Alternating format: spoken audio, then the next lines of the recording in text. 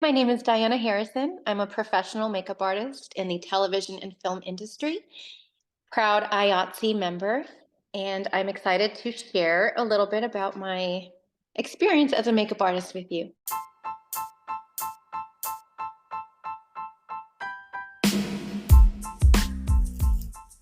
Welcome to Whisper Wisdom, our show about entrepreneurship, talents, and power. Coming up to the show, Spotlight on Diana, Tales of a Professional Makeup Artist.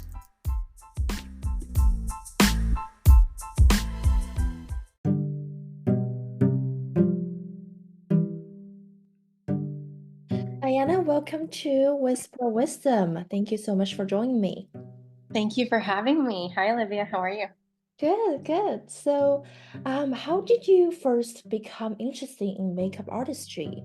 So, my interest started when I was a little girl, and it started as a hobby, really. I used to love to draw and color, and I would always have like a pad of tracing paper. So I used to like to draw faces on the tracing paper and then use real makeup to color in, what the faces that I've drawn that I drew.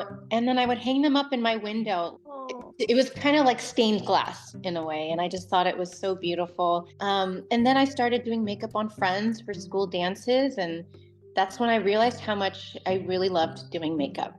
Then what was your first training process look like? In my early 20s, and I was introduced to the head of the makeup department at Telemundo. It's a news station, a Spanish news station in LA. And this woman, she offered me an unpaid internship and she trained me how to do makeup.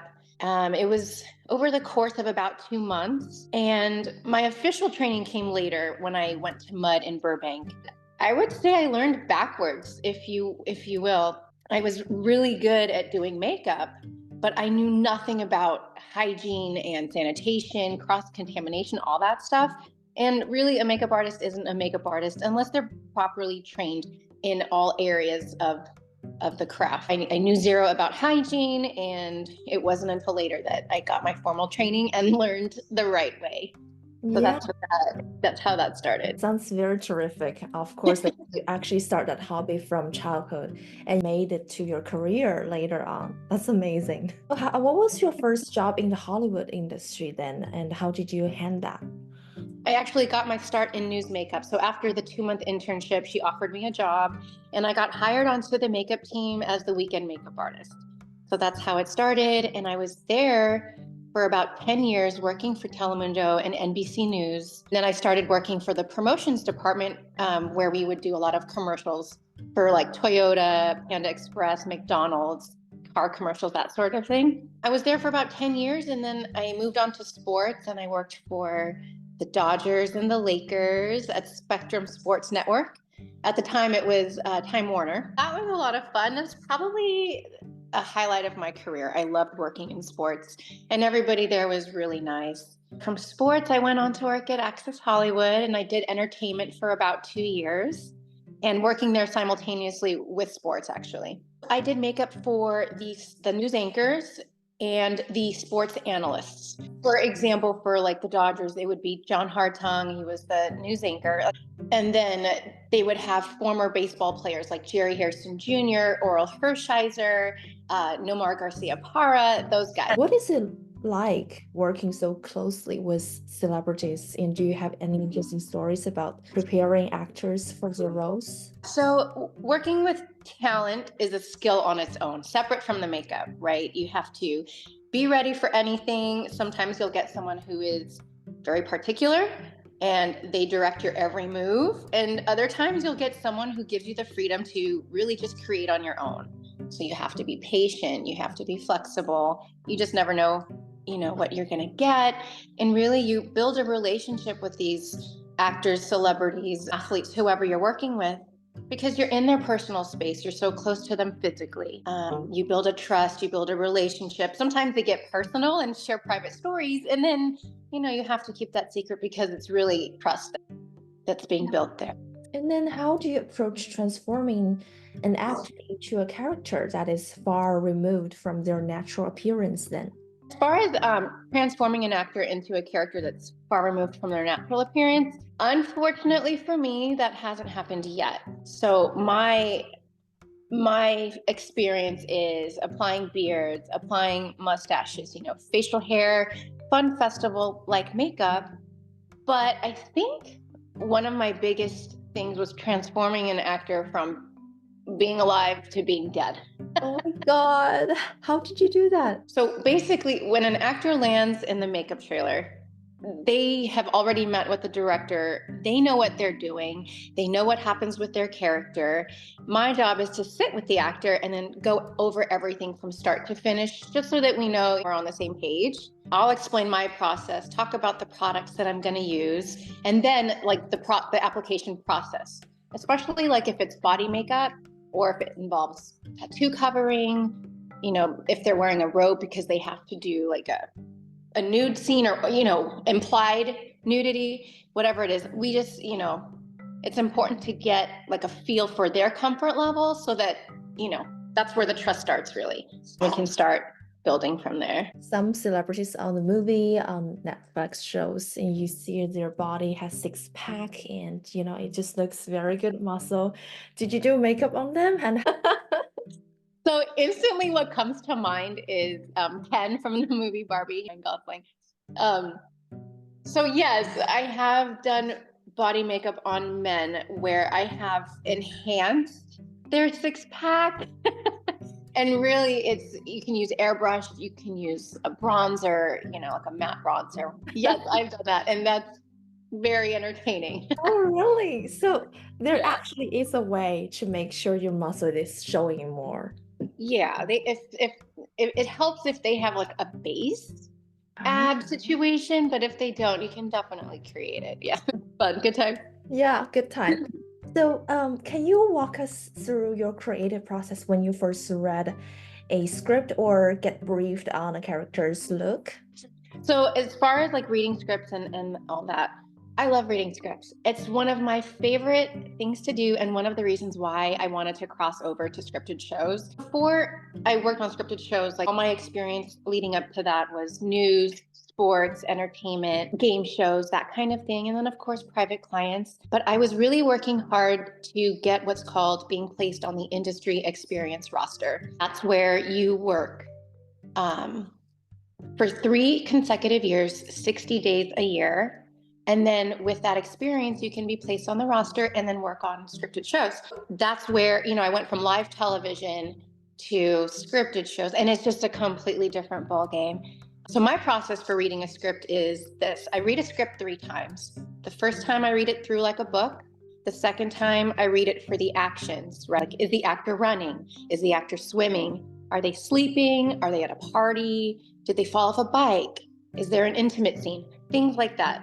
And then the third time I read the script, I'm reading it for the makeup. So if the actor is swimming, I think, okay, I need waterproof mascara, waterproof foundation. If they're at a party, what kind of party? And then let's have appropriate fun makeup for that. Is it a music festival? Is it, a 1920s party, that kind of stuff. If the action was an actor fell off the bike, there will likely be cuts, right? But that's something you consult with your department head and the director. There'll be cuts and scrapes. So let's pull blood. Let's pull a special effects kit, right?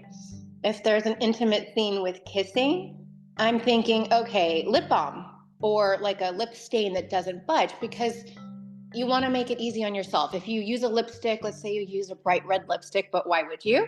You're going to be running in after every take and taking it off and that kind of thing. So just being mindful of those things. And then after that, my department head will walk me through the looks with the actor. And usually it's a smooth process because the department head has consulted with the director. The director has communicated what they want to my boss and my boss to me and the actor. So it's a collaborative effort, really. And then how I balance a director's vision with mine, the director has the final say, really. But definitely, you actually had your idea from the beginning when you read the script and you have an idea, consult with your director, even though they're your boss, but you still actually pitching your idea to them. Yeah, that goes to another situation that I ran into.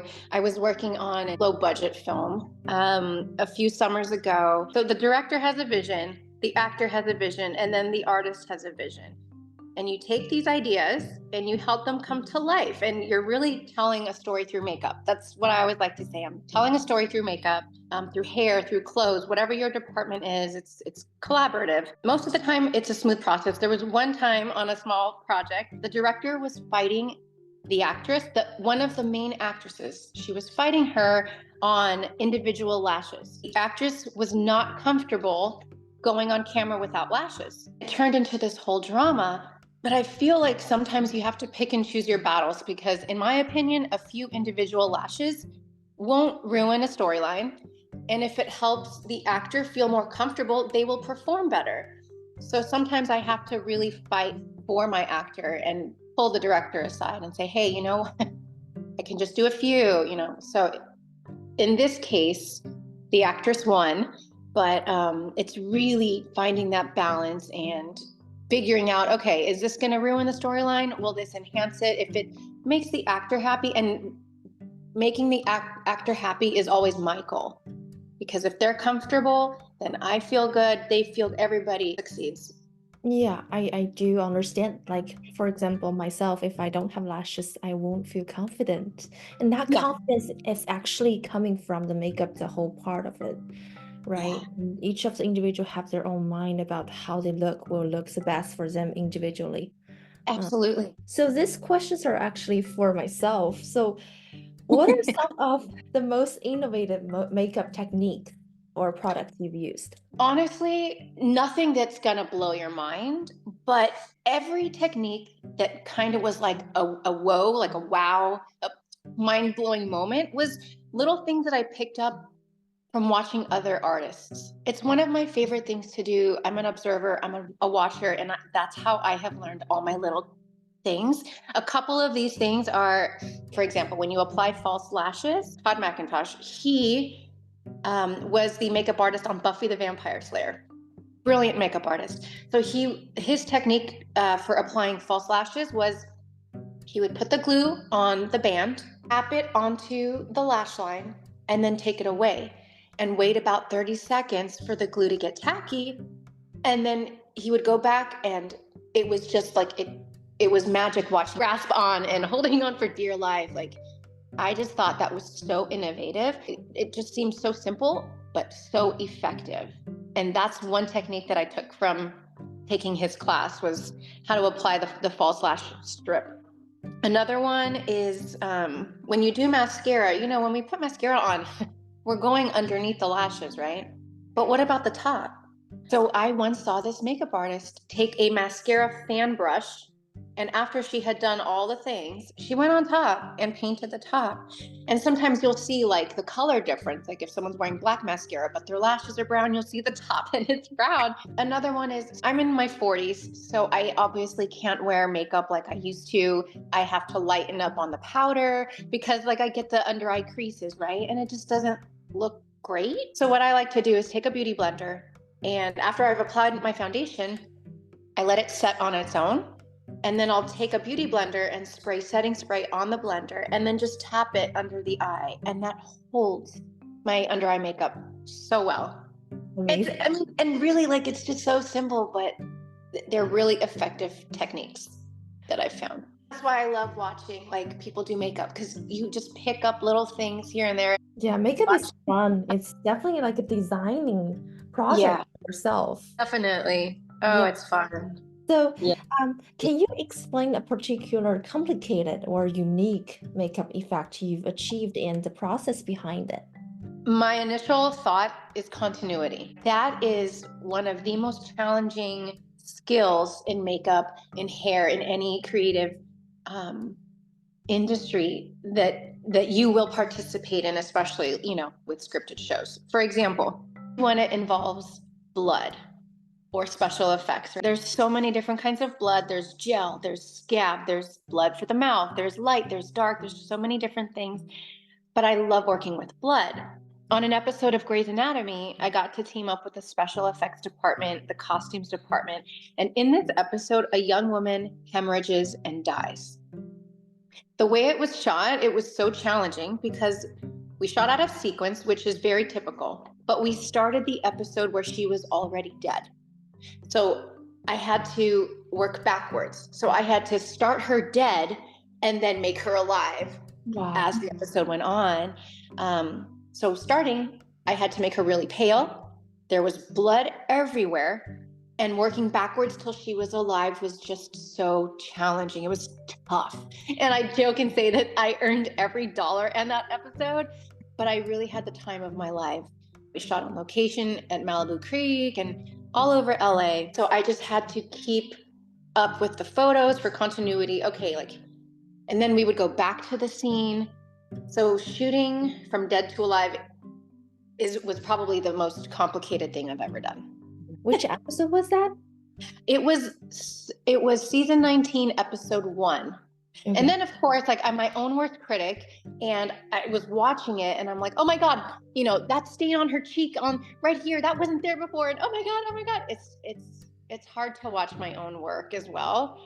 That is fun, it's tough, it's all the things. Yeah. Speaking of changes in the industry, how has the rise of high definition cameras and digital filmmaking affected the makeup industry? So I first noticed a shift in makeup back in, I think it was 2005 or 2006, when television switched over to high def.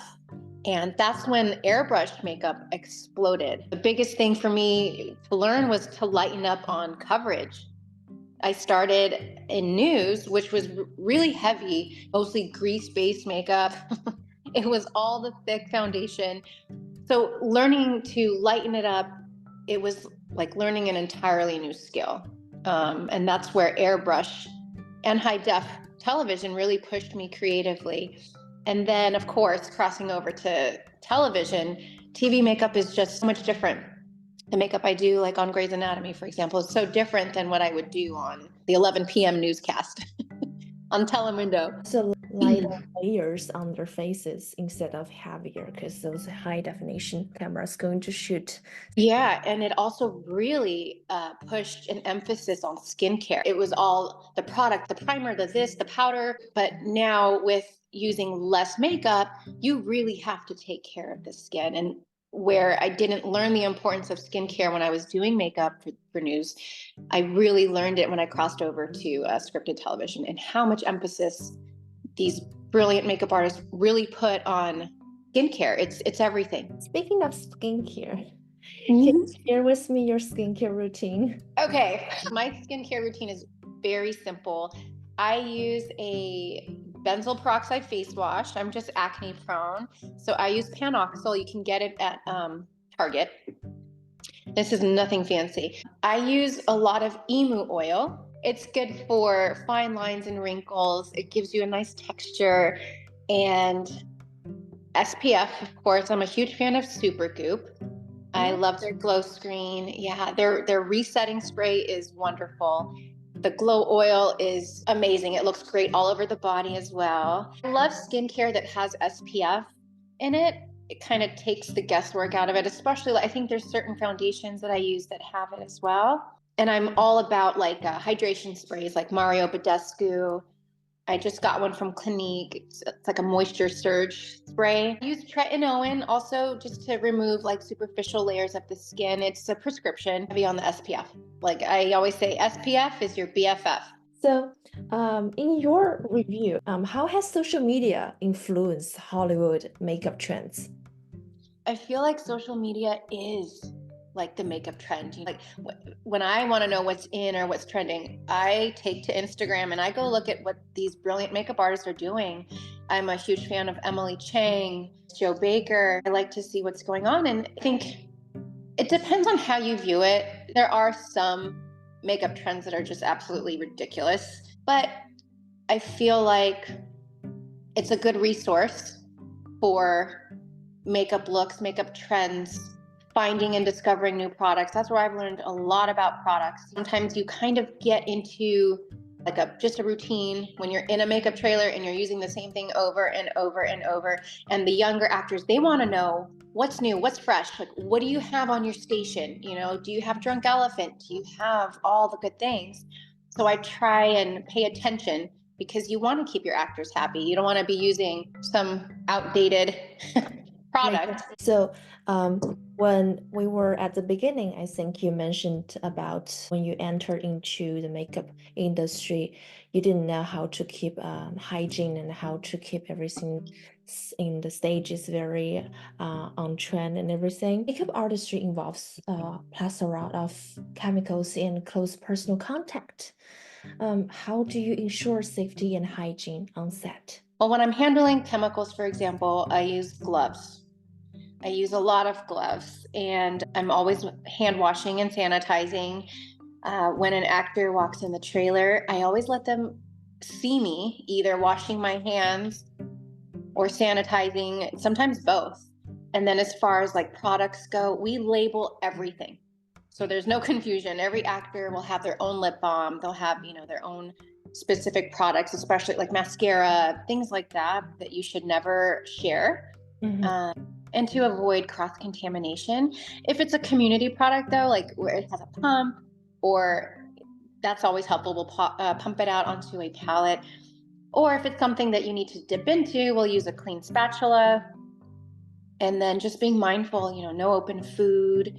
As far as like myself, I'll chew mint or a gum so I don't offend anybody. Just being mindful, paying attention, washing brushes after every actor. Some actors prefer their own set of brushes. I have seen eye infections and horrible outbreaks on the lips. We're just very careful. If there is like let's say someone has a cold sore, we'll use disposable lip wands and toss it right away. Never double dipping into if it's like a cream product, never double dipping. I learned the hard way, but this was years and years and years ago, so that doesn't happen anymore. So, last question is that have there been any significant changes in safety protocol during your time in the industry? So the most changes that I saw were during the pandemic. At the very beginning, we had to wear masks, face shields, gloves, and then smocks, that you would see like nurses wear. It was wild. It was hard. It was hot. It was hard to hear, especially with the shields. And then they had like specific zones, like mask-free zone here, a mask-only zone here, things like that. And then we had daily COVID testing. Some productions tested 3 times a week. It just depended on the production. And it was hard and it was scary, but after being shut down for 5 months, like we were all ready and willing. Let's go. Those protocols have since been lifted, but I feel like it benefited us in a good way because some makeup artists still choose to wear a mask while doing makeup. It's optional now. I think just overall, we're a lot more mindful of keeping our makeup bags very clean. I think that's probably the biggest change I've seen besides switching over to high def. That's definitely a challenging period, I'm sure. It just imagine how like a whole set of the actors, actress in the whole scene and shooting the camera. It's going to be so hard for makeup artists too. Yeah, and it added a significant amount of time to every day because we would have to get, all geared up, mask, shield, gloves, extra sanitizing. At the beginning, they had us wiping down the chairs. It was the cleanest any trailer you'd ever seen had been. Okay, well, thank you, Diana. Thank you so much.